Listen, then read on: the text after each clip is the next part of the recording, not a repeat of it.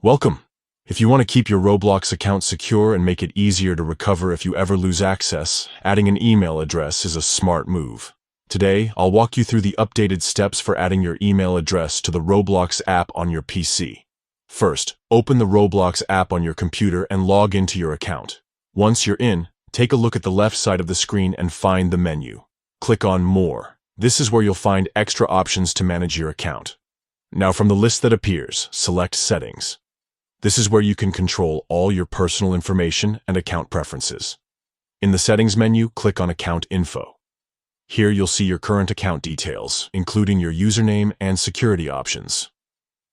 Look for the section labeled Email. If you haven't added an email yet, you'll see an option that says Add Email right next to it.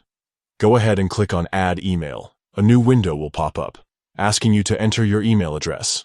Type in the email address you want to link to your Roblox account.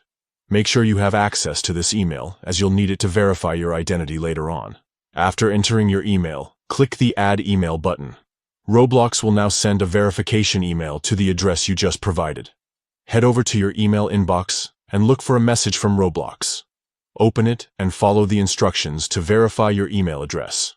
Usually, this means clicking a link inside the email. And that's it.